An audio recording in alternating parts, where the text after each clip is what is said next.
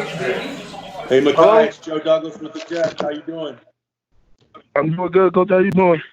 I'm great. How ironic is this? We just talked yesterday, huh? Yes, sir. Hey, man, we talked about those goals that you have. Yes, right? sir. Remember our discussion?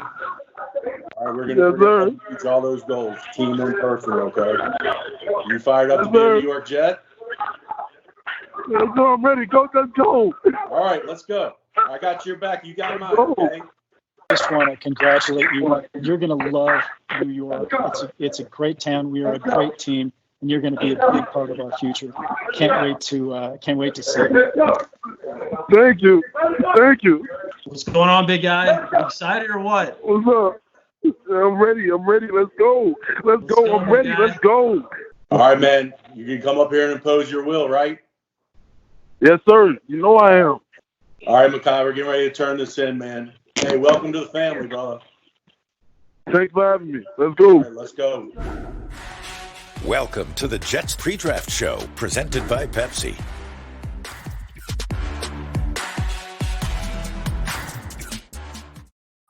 Let's go. Welcome to the Jets Pre-Draft Show, presented by Pepsi. Eric Allen, joined by the voice of the Jets, Bob Wischusen and Anthony Becht. Fellas, round 2 is upon us in the 2020 NFL Draft, but what a moment that was captured last night. Makai Becton is coming to New York City. Yeah, the Jets, Anthony, checked a big box last night, literally and figuratively. You knew they had to get a tackle to protect Sam Darnold, and they may have gotten the tackle that's got the highest ceiling of any of those 4 guys that we heard mentioned in all these months leading up to the draft.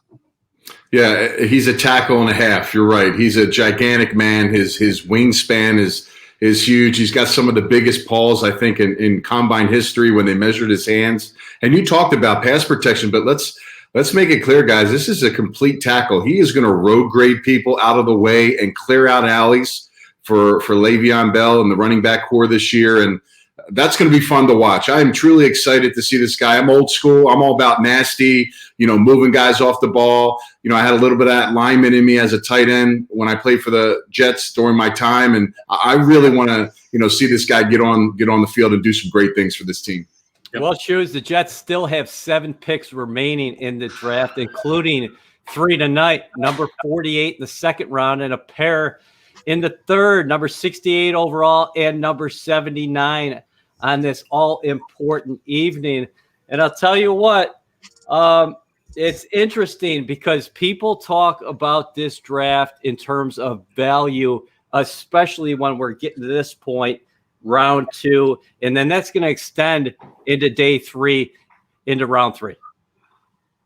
Yeah, you had a tweet, I think we can maybe even put it up, from Adam Schefter that he released earlier today about how he spoke with other folks around the league, and one personnel director says this is the deepest second round in the last 25 years. 20 players available tonight that could all have been first-round picks. Usually there's only 7 to 10. There'll be as many starters in this round maybe as there are in the first round. And the good news for the Jets is if there are indeed 20 players that are that good in this round, if they pick wisely, they've got the 16th pick in the second round. They're still in that zone where they should get an opening day starter. They should get a first-round talent. I think we all know they need a wide receiver. I'd be surprised if they didn't try to target a wide receiver, if not with that pick, certainly one of the 2 third-round picks. But, yeah, the Jets still have a lot of boxes to check. They have a lot of needs. But Makai Becton, I think, really hit the nail on the head in terms of the highest priority. To me, there's no doubt they did not have a higher priority than getting the next DeBrickashaw Ferguson, so to speak. They've needed that for a long, long time. So, Anthony, before I get to you, I want to set things up for fans tonight. We're going to hear from the aforementioned Makai Becton, and Ethan Greenberg also previewed tonight with Charles Davis from NFL Network. And it's NFL Network special because we're going to have a Baldy breakdown on the aforementioned 6'7", 364-pound mammoth, Makai Becton.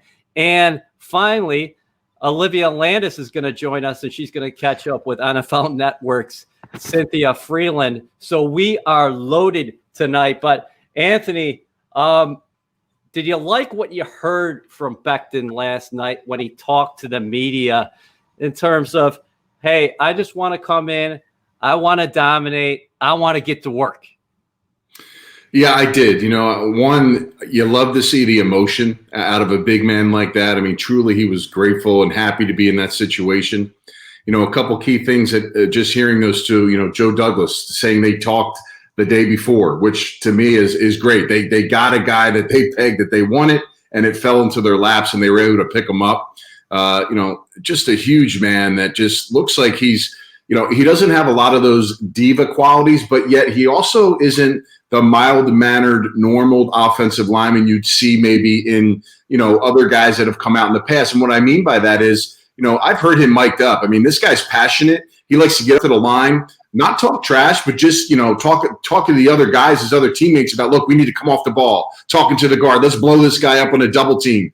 Those are things that get you excited because he's passionate about doing exactly what he's been showing on these highlights he's done his entire college career. So, look, there's a fire in this kid. And to be quite honest with you guys, when I came out, I thought I was a really good blocking tight end, but it took me time to actually learn the technique, and it made me even that much better. This guy, to me, is, like you talked about, Bob, the upside is gigantic because I do believe he's a little raw in technique. He puts it all together now. I mean, we're seeing some crazy blocks, some crazy things that he's done in college.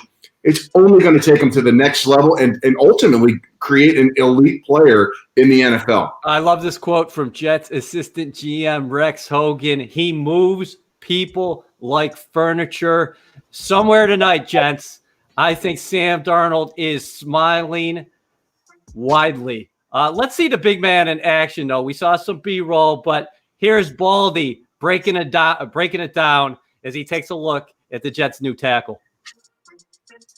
Let's take a look at the newest Jet, the left tackle of Louisville, number 73, Makai Bekhten. In the run game, he's a powerful force.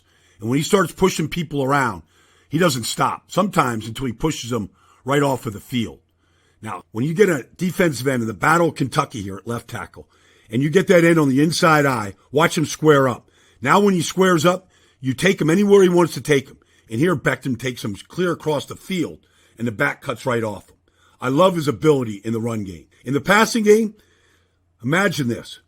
Imagine a guy this wide and this big protecting the pocket here and keeping it flat so that Sam Darnold can make that kind of a throw. So you like that part. Big, wide, athletic. Now, against Wake Forest, teams run stunts against you. It happens. What you want to do is wad the stunts up. Here, the end from Wake Forest is going to cross Becton's face. We call it an end tackle twist. Watch him bottle it all up and wad it up. This is what you want to see. Bam! That ends the stunt. They stop running stunts when you do that to it. Gives a quarterback an extra tick to make this kind of a throw for a touchdown. And then ultimately, for Makai Becton, his biggest test is when he's on the island, the backside of Sam Darnold. And he's got an elite pass rusher out there on him. Here, Miami's got a good end on him. But watch him stay on his feet right here. Punch with his hands, not get overextended. Keep his knees bent and keep shuffling and sliding so that the quarterback can step up and make the throw. Makai Becton just turned 21 years old. He's almost 6'8". He's 364 pounds. He's only going to get better with good coaching. I think the Jets made a great choice on the upside of what Makai Becton is going to be, and those are some of the traits that made him the 11th pick in the draft. You are watching the Jets pre-draft pre-show presented by Pepsi. Eric Allen alongside Bob Wischusen and Anthony Beck. Let's go to a fan question right now because we're taking them. This is from Zach via Facebook. Thanks for tuning in, Zach. Do you think the Jets will trade up for Michael Pittman? Okay, a former teammate of Sam Darnold at USC, a very physical receiver, guys. What do you think? I don't know that they have to. Anthony, I mean, to me, out of the group of wide receivers that's still left, and look, this is my breakdown, so whatever that's worth, I think Higgins is on a little bit of a different level than the rest of the guys that are left, but I think most of the rest of the guys that are left will project to probably fall into the range that the Jets are picking, about halfway through this round. So, if they really, really have a consensus on one of these receivers, I guess you could talk about maybe your 4th round pick or your 5th round pick being worth moving up 3 or 4 slots. If there's a guy that you can't believe he's still there, 8, 10, 12 picks into this round. But I would think Pittman probably is a guy that would project to be in the mix to be available about when they pick in this round. At 48, what do you think, Anthony? Michael Pittman on the board. And Shoes and I were actually talking about this before we came on the air. T. Higgins might be a guy that teams might want to move up into the top of the 2nd round again. Yeah, he's probably in that first round conversation when you talked about players that are available. And he may probably go earlier than most of these guys that are available. Another guy that's kind of rising, in my opinion, is Denzel Mims out of Baylor. He's got a unique talent and ability to really make big plays. He's got great speed, height, and length. I like Michael Pittman. It's funny you said Sam played with him. I played with his dad in Tampa Bay. Much different guy. He's much shorter, bigger biceps, but his son has got some. He's got some range now. He's really good. And like you said, the funny thing about the draft is just like it happened with Becton last night is even though there's those 20 guys that people feel are still first round picks, things will fall. Teams are going to pick guys, and all of a sudden now, maybe there's a really highly rated cornerback or a defensive end or something that supersedes the need, right? So the best available, you just can't let him go because, man, he's so high on our board, we got to take him. So I would love to see a receiver. I don't think they have to move to get the guy they may want, but it's possible that maybe a T. Higgins guy, if you really want to get a guy that's a first-round talent, you potentially move up for him. Listen, sometimes you are rewarded for your patience, and I think we saw that last night with Joe Douglas's first draft pick as general manager of the New York Jets. Fans, you're submitting great questions on Facebook and YouTube. And here, the green and white faithful celebrate the weekend, fellas. Great images of the families out there as they're celebrating the 2020 draft. And I will say this, guys, it has been quite refreshing to be able to have sports this weekend for the first time in 6 weeks? Yeah, for the first time in 40 days. We actually had something last night, tonight, and tomorrow now to watch that's a live sports event. Even if it's not a game being played, this is the biggest 3 days for a football fan that's not in the football season, right? So, I mean, it is. It's fun to have something to talk about. It's a distraction. We get to talk about Jets going to trade up Higgins. Did they get the right guy last night? Who are they going to pick tonight? It's, this is the kind of distraction I think we all need with what everyone's going through. Guys, I normally wouldn't bring out a lot of food for a draft event, but I was trying to make it like a game. Wings, pizza, all kinds of drinks, dips. I mean, I let it go all the way out for this one to enjoy the moment. Well done. All right, listen, I'm jealous of the pizza and the wings because typically we are at One Jets Drive, and what a spread they put out throughout the weekend. You can gain a lot of weight on draft weekend. That's not happening here for me in Florida Park. There is the reset of the Jets draft picks. Makai Bekhten coming off the board last night at number 11 overall. They're scheduled to pick 3 times, but that can change. Let's hear from the aforementioned Makai Becton. I caught up with him last night.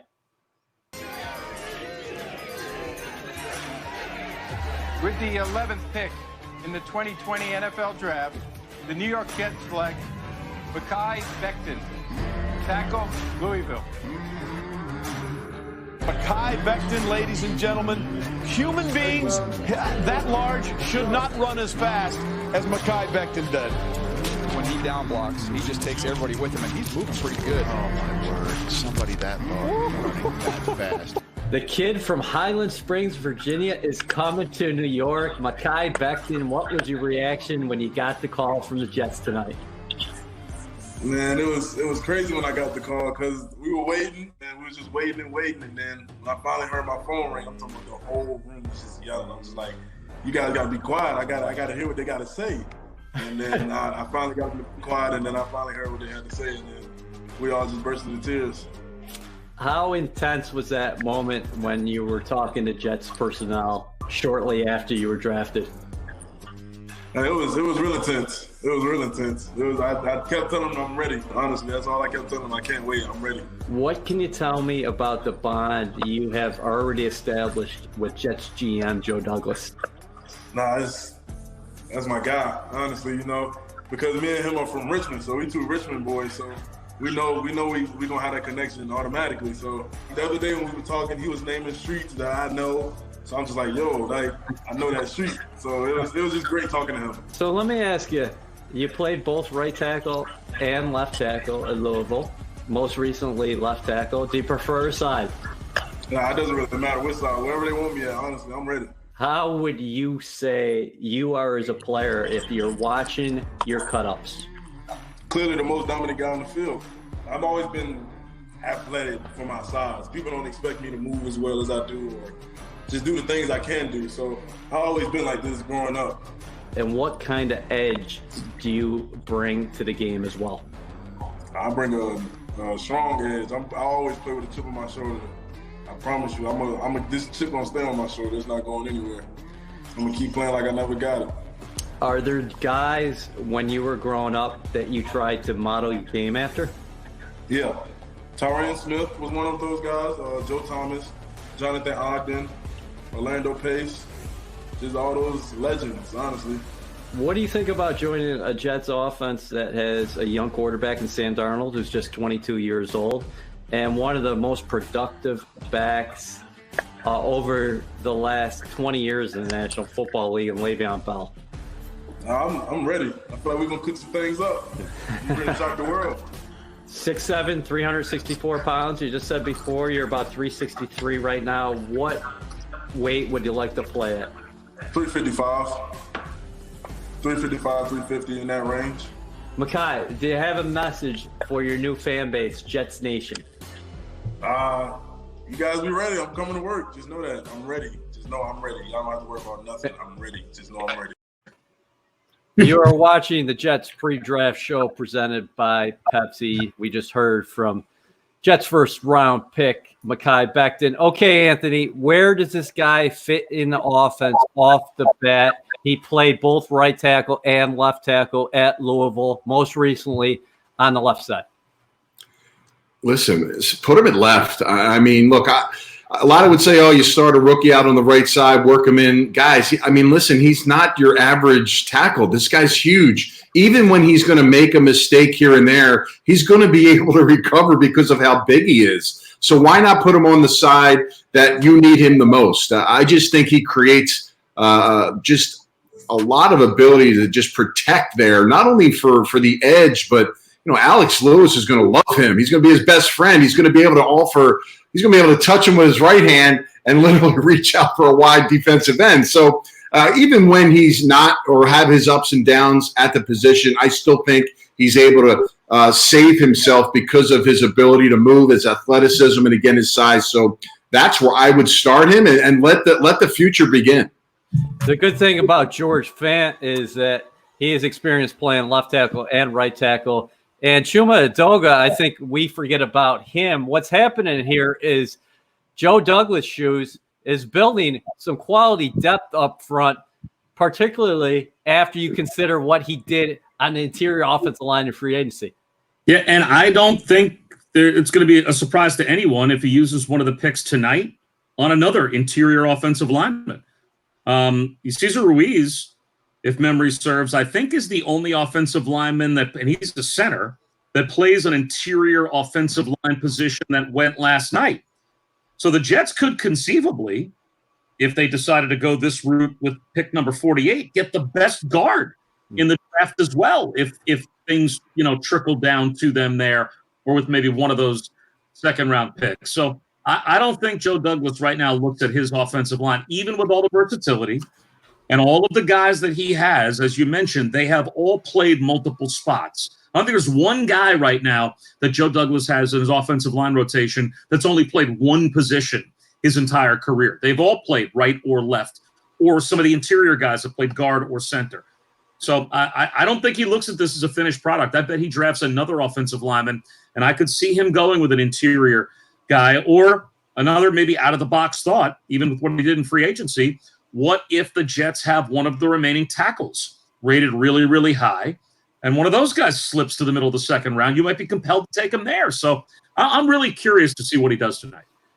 Fans, please donate at NFL.com reliefs to support the NFL Draft-a-thon for COVID-19 relief. A portion of funds raised will be distributed locally to the United Ways of New York City, Northern New Jersey, and Long Island. Okay, let's set the table for tonight, gentlemen, and bring in Ethan Greenberg along with NFL Network's Charles Davis. Let's take a look at day 2 of the draft. The Jets right now have 3 picks, 1 in the second, 2 in the third. And it was popular in the mock draft circuit before the draft that the Jets, if they went tackle in the first round, would go to receiver in the second or third round. So who are some guys that you like that could be a potential fit for the green and white? I think Van Jefferson from Florida really pushed himself up there with a great offseason. And wouldn't that be something if he ended up playing for his dad right there with your Jets? If you want to go with a dart inside, KJ Hamler from Penn State didn't come off the board, and there was a lot of talk about him possibly getting into the first round. I love the way Michael Pittman from USC plays. He plays so hard and so strong and so aggressive. This kid is big, strong, physical. So we're going to see a bunch of guys, and whether it's the second round, the third round, the fourth round, there will be options. So I think you can go deeper into this draft, rounds 2, 3, 4, and find quality receivers. Charles, if the Jets turn to the defensive side of the ball tonight in rounds 2 or 3, do you think there's more depth at cornerback or edge? I think there's plenty of corners that are still available that people would like to get. I think that if you want an edge rusher, you look at your board, I think it's a lot smaller list. Just aren't a lot of pure edge rushers. But on the cornerback position, we had a run on corners, but there's still guys, and I'm going to throw some names at you. Amik Robertson from Louisiana Tech, who I love. I love him as a nickel corner, a real ball hawk. And A.J. Green from Oklahoma State, who can play on the outside. Bryce Hall from the University of Virginia, who I thought might have challenged for a first-round selection last year, but chose to go back to school. So I think the depth on the corner side, a little bit deeper. If you want an edge, you better go get him as fast as possible. Charles, what about running back? Your colleague Daniel Jeremiah seems to like this group. At least that's what he told us in Indianapolis. And right now, behind Le'Veon Bell, the Jets don't have their 2 or their 3 from last season in Ty Montgomery and Bilal Powell, both on the free agent market. DeAndre Swift, who's kind of the consensus number 1 out of Georgia. You're talking about Jonathan Taylor from Wisconsin, who I thought was rising as we got up there, especially after he ran the sub-4.4 time, the 40 at 240 pounds. J.K. Dobbins from Ohio State. And we can go on and on. Who are your guys in day 3 that you think, you know what, at the end of the day, those guys are just good football players who will make an impact in the NFL? I'm going to give you a center that I absolutely love from Mississippi State named Darrell Williams, East-West guy. I think he's going to be a plug-and-play starter if somebody drafts him that has a need at center, and I think you can get him rounds 4 through 7. You're watching the Jets pre-draft show presented by Pepsi. Eric Allen, joined by Bob Wischusen, the voice of the Jets, and Anthony Beck. Wait, listen, fans, you're really throwing in some great questions tonight. Submit them for us on Facebook and YouTube. Let's go to Max, who follows up Charles Davis' segment by asking, will the Jets address the edge position tonight? Anthony, what do you think? I think if a guy were to drop, and the one guy that I think to me is a first-round kind of player that if he for some reason were to go down a few spots into the Jets and they had an option to take him would be Yetur Gross-Matos out of Penn State. I mean, look, man, you're talking about a guy that has extreme length, a great burst off the line of scrimmage. He's very bendable as a defensive end. He can get under the tackles. He's 6'4", 6'5", and 265. He could probably add 10 more pounds. I like him a lot. I think he was ultra productive. If for some reason he falls down, again, you're talking about, well, do we take what we need or do we take the best available? And I think a lot of teams have him at that end of the first, top of the second kind of ranking. So I think he would be the only possibility. Now, they could do something later in the, maybe the third round. I think maybe fourth, fifth, you'll see maybe add a piece there because I think corner becomes a little bit more important in the third round, maybe even adding another piece, another weapon for Sam if they go receiver with the second pick. shoes. AJ Epinesa, is that a possibility? You had Iowa a couple times, AB. When you say it again. And AJ Epinesa, he's another guy that didn't go. Some people had him as a first-round player. He's an edge guy from Iowa. Would you put him in the Gross Matos category, or is he not on that level in your opinion? I think he's at that level, but the one difference is AJ is not a quick twitch, pure pass rusher. He's just a bull rush kind of guy. He's going to be good against the run, well-rounded defensive lineman. I'd rather have that guy that can have that switch to come off the ball. We're clearly looking for pass rushers. He fits more that mold. All right, I want you guys to absorb this before we get to Olivia Landis with Cynthia Freeland. This is Daniel Jeremiah's top 10 remaining prospects, not picks, remaining prospects that are out there, potential picks. And they include the running back from Georgia, DeAndre Swift. But we'll take just a quick look, digest that, and then we're going to come back and talk about it. I want to further the conversation about value right now. So we're going to get to Olivia Landis, who is with Cynthia Freeland. When you look at Makai Bekhten, what value does he bring to the Jets? Well, I think Sam Darnold is probably doing a big dance, like maybe he's doing a TikTok dance of his own to compete with the commissioners.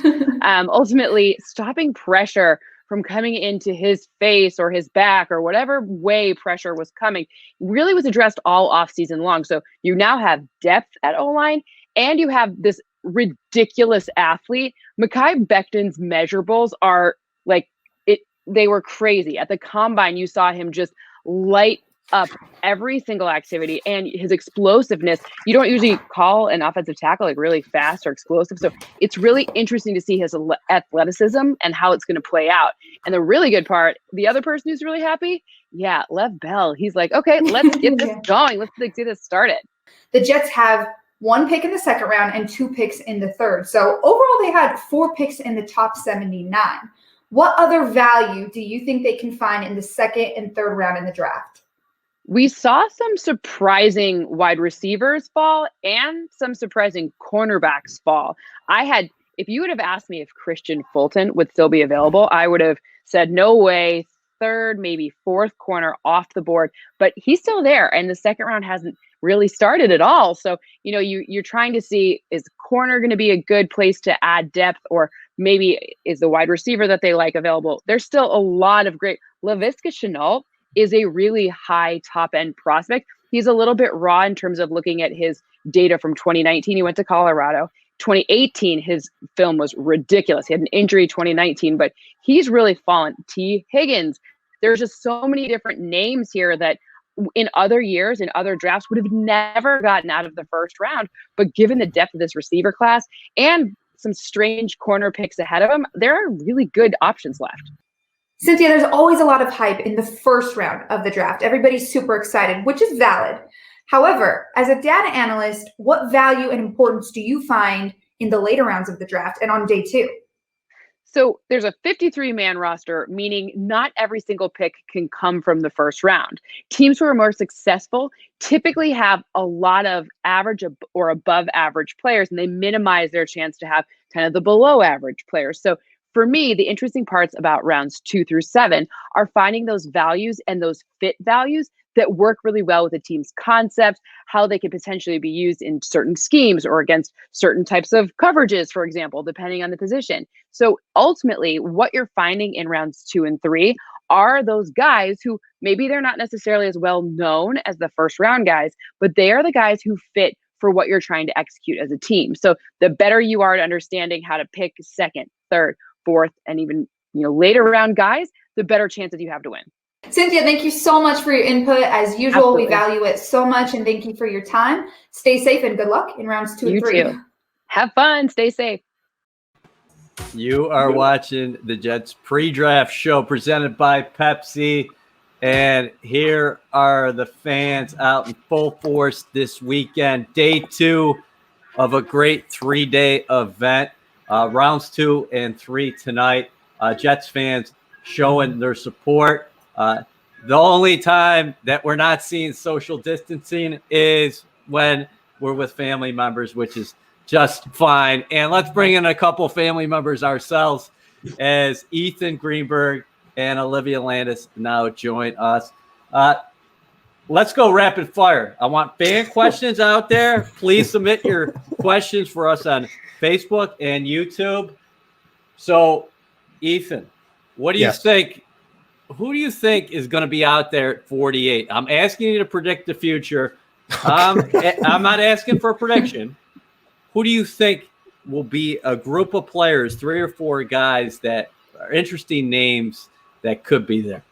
I think you guys have covered the majority of them, but I think really I want to touch on what Cynthia Freeland said with Olivia in terms of corner and receiver. It feels like a run on one of these two positions is going to start early on in the second round, so that could have an effect who's there at 48. But I have my eyes on the receivers because even though the Jets brought in Brashad Perriman, they signed Josh Doxson before free agency started. You want to help Sam Darnold on the outside. And the names that you guys are talking about, like T. Higgins, Michael Pittman, KJ Hamler, I think those are all very interesting names to me. And the guy right here, Laviska Shenault, what stands out about him, 58% of his yards, his total yards at Colorado came after contact. So he's a big physical guy. But to me, what I like about T. Higgins the most is that he's a basketball player in football pads, and he can go up and get it. He's tied with DeAndre Hopkins and Sammy Watkins with 27 touchdowns at Clemson. I mean, I can't say enough good things about him. It feels like in another year we'd be talking about him in a different round, and I think he could potentially be there at 48 for the Jets. Olivia, you talked to Sam Darnold the other night before the draft actually began. How do you think he's feeling entering night 2, considering the Jets just added Makai Bekhten? Yeah, when I was talking to Sam Darnold, we talked a lot about what Joe Douglas had said this offseason. And it's no news to everybody, but Joe Douglas said it was his priority heading into this offseason to build protection around Sam Darnold. He even went as far as to tell the media that he actually even told Sam Darnold's parents. So when I was talking to Sam Darnold and I asked him, how would you feel if Joe Douglas made good on his word and got an offensive lineman? He said he would absolutely, no matter what Joe Douglas was going to do, he was going to be happy about it because he trusted Douglas to do his job. And now Makai Becton, who even Cynthia Freeland said it, was a lot of analysts around the league consider him top 1, top 2 best offensive tackles in the league. I think it's safe to say Sam Darnold is probably pretty happy. Yeah, and I think it's also safe to say that everybody on here thinks that Sam Darnold is going to get some more support tonight, and we'll have to see how that actually looks. Let's take another fan question right now from Jeremy on Facebook. What are the chances the Jets pick 2 receivers tonight? How about you, Shoes? I would say probably not 50-50, probably worse than 50-50. They've got 3 picks tonight. I'm not sure they're going to spend 2 of those on wide receiver, but the depth of wide receiver talent in this draft certainly suggests that that's possible. So, yeah, I mean, would I be surprised if they came out of tonight with, one of the names we've thrown out there? Maybe not T. Higgins, but a Shenault, a Mims, a Jefferson, one of those guys available. And then, once all of the teams that need a receiver address that need, it's almost inevitable that one of these names is going to drop into the 3rd round, and the Jets have a pretty high 3rd round pick with the trade they made with the Giants as well. So it's not out of the realm of possibility they could take 2 guys tonight. Can I say I'm rooting for Van Jefferson? I'm a University of Florida alum, and I just think it's a great story. Sean Jefferson, man. Hey, take it easy there, West Virginia. Daniel on Facebook, how do you guys rank the cornerbacks available tonight? The cornerback group, AB, includes Christian Fulton, Jalen Johnson from Utah, and, of course, Trayvon Diggs from Alabama. Yeah, I think Jalen Johnson and Trayvon Diggs are kind of the leaders of the pack. Cameron Dantzler of Mississippi State also is a guy, 6'2", a lot of length. Jalen Johnson, to me, guys, if you're talking about an in-your-face, kind of a trash talker, going to take some risks out of Utah, you're going to want to take that guy because he's the guy that's going to go and try to make as many good plays as he can at that position. If you get into the 3rd round, Bryce Hall and A.J. Green, man, if they're available, those are 2 players I really like. 3rd round, I think they play above a 3rd round pick. I think they're going to slide. Bryce Hall's coming off an injury last season, didn't get to play, and some would say he was one of the best corners in the nation the year before. So Again, it's going to be interesting. If I were to guess with today, I would lean on 2 corners rather than 2 receivers. But I would love to see a receiver here in the second round. I think Joe Douglas is going to try to help his quarterback out here and add one of those guys, and then potentially get one of those good corners that may be available in the third round. Outstanding pre-draft show presented by Pepsi tonight. We thank Cynthia Freeland, Charles Davis, and of course Brian Baldinger. And how about this esteemed panel: Ethan Greenberg, Olivia Landis, Anthony Becht, and of course the voice of the Jets, Bob Wischusen. I'm Eric Allen. Remember, listen, we have you covered on all the Jets digital channels and social channels. So stick with us throughout the weekend. Have a good night.